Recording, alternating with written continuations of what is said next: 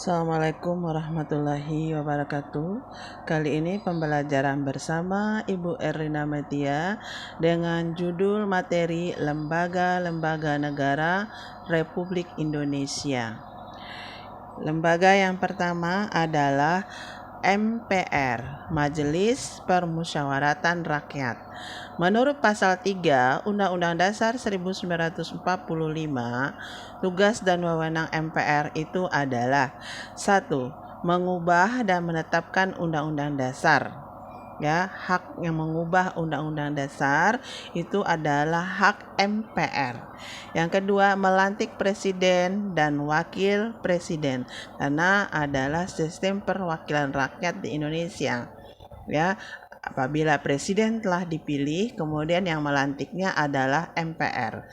Yang ketiga, hanya dapat memberhentikan presiden atau wakil presiden dalam masa jabatan menurut Undang-Undang Dasar.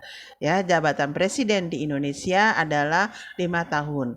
Jadi MPR bisa memberhentikan presiden dalam masa jabatan 5 tahun. Hak dari anggota MPR adalah mengajukan usul perubahan pasal-pasal Undang-Undang Dasar.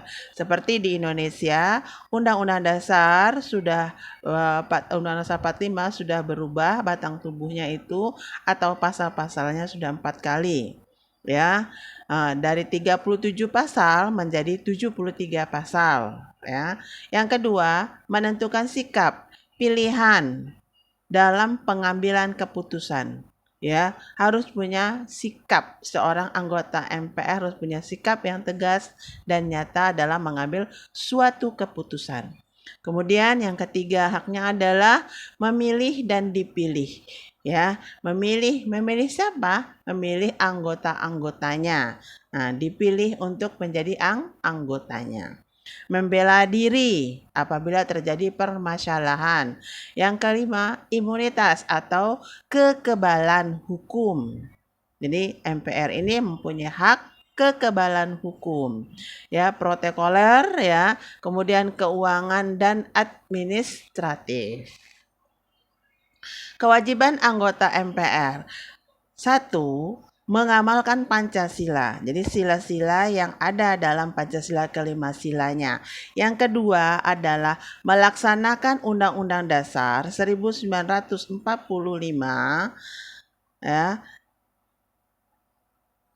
Kesatuan Republik Indonesia dan peraturan perundang-undangan. Jadi harus melaksanakan Undang-Undang Dasar 1945. Yang ketiga, menjaga keutuhan kesatuan Republik Indonesia dan kerukunan nasional. Jadi negara Indonesia ini agar jangan terjadi terpecah belah, mempunyai kewajibanlah MPR untuk menjaga keutuhan negara ini agar tidak terjadi disintegrasi bangsa. Yang keempat, mendahulukan kepentingan negara atau kepentingan pribadi atau kelompok dan golongan. Jadi lebih penting dulu kepentingan umum, baru kepentingan pribadi. Kemudian yang kedua adalah DPR, Dewan Perwakilan Rakyat. DPR terdiri dari anggota partai politik peserta pemilihan umum yang dipilih berdasarkan hasil pemilihan umum. DPR sebagai lembaga perwakilan rakyat berkedudukan sebagai lembaga negara, sama dengan lembaga negara yang lainnya. Fungsi DPR mempunyai 3 fungsi. Yang pertama adalah fungsi legislatif, adalah fungsi membentuk undang-undang atau membuat undang-undang yang dibahas dengan presiden mendapat persetujuan DPR. Jadi presiden dan DPR mendapat persetujuan untuk membuat undang-undang. Yang kedua, fungsi anggaran, fungsi menyusun dan menetapkan APBN bersama presiden dengan memperhatikan DPD. Jadi pendapat DPD juga harus diperhatikan sebagai anggota DPR dalam menyusun suatu anggaran negara dan menetapkan anggaran APBN, anggaran pendapatan belanja negara. Yang ketiga adalah fungsi pengawasan. Artinya fungsi melakukan pengawasan terhadap pelaksanaan undang-undang dasar, undang-undang dan peraturan pelaksana lain. Jadi DPR pelaksana undang-undang siapa? Presiden. Berarti presiden melakukan DPR melakukan pengawasan terhadap presiden ya. Hak anggota DPR. Di sini Ibu hanya membahas 3 ya. Yang pertama hak interpelasi. Apa itu? Hak DPR untuk meminta keterangan kepada pemerintah mengenai kebijakan pemerintah. Ya, apabila ada satu kebijakan yang dibuat oleh seorang pemerintah atau presiden, DPR wajib bertanya kepada presiden ya tentang kebijakan yang sudah dibuat oleh pemerintah. Yang ketiga, hak angket. Hak angket ini adalah hak DPR melakukan penyelidikan terhadap kebijakan pemerintah yang diduga bertentangan dengan peraturan perundang-undangan. Jadi apabila pemerintah diduga melakukan penyelewengan, ya, kemudian DPR berhak memberikan angket. Ya, hak angket ya kepada untuk melakukan penyelidikan apakah betul terjadi ya penyelewengan tersebut. Yang ketiga adalah hak menyatakan pendapat. Artinya, seorang DPR sebagai lembaga yang menyatakan pendapat terhadap kebijakan pemerintah sesuai apa tidak, pantas apa tidak. Jadi seorang anggota DPR berhak memberikan pendapatnya terhadap kebijakan yang dilakukan oleh seorang pemerintah. DPD yang ketiga, DPD terdiri dari wakil-wakil daerah provinsi yang dipilih melalui pemilihan umum. DPD sebagai lembaga perwakilan daerah dan berkedudukan sebagai lembaga negara. Dia ada di daerah tapi adalah lembaga negara. Ya, kalau yang di pusatnya adalah DPR, yang di daerah adalah DPD. Ya, DPD bersama-sama dengan DPR berhak untuk 1. Membahas undang-undang berkaitan dengan otonomi daerah, ya tentang bagaimana suatu daerah itu menjadi maju ya.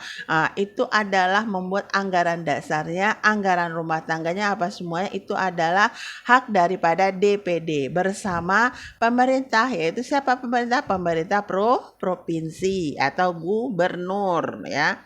Yang kedua adalah membahas masalah hubungan pusat dan daerah ya. Hubungan antara pemerintahan daerah dengan pemerintahan pusat.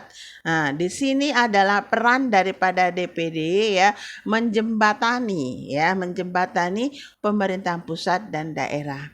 Yang ketiga, membahas masalah sumber daya alam dan sumber daya ekonomi. Bagaimana supaya sumber daya alam dan sumber daya ekonomi bisa lebih maju dan daerah pendapatannya menjadi lebih baik ya. Kemudian masalah perimbangan keuangan pusat dan daerah ya, pembagian penghasilan ya untuk pusat dan daerah. Biasanya yang berlaku 75% untuk daerah dengan adanya otonomi seluas-luasnya, 25% adalah untuk pusat. Ya. Kemudian mengajukan pertimbangan kepada DPR atau rancangan undang-undang APBN, pajak pendidikan dan agama. Ini adalah tugas daripada anggota DPD ya. Anggota DPR yang ada di daerah namanya DPD. Lembaga yudikatif ya. Lembaga yudikatif itu 1 Mahkamah Agung.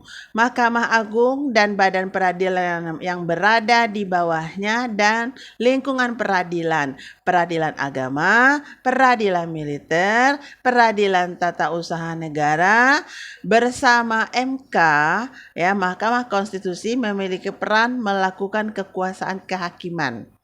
Ya, sesuai dengan lingkungan peradilan yang ada. Ya, kemudian apabila terjadi permasalahan dibahaslah melalui tingkatan pengadilan. Ada pengadilan tingkat 1 ada di kabupaten, tingkat 2 ada di provinsi, tingkat 3 ada di pusat. yang dipunyai oleh MA, namanya kasasi. Ya, nanti kita bahas ya. Kemudian kekuasaan kehakiman merupakan kekuasaan merdeka.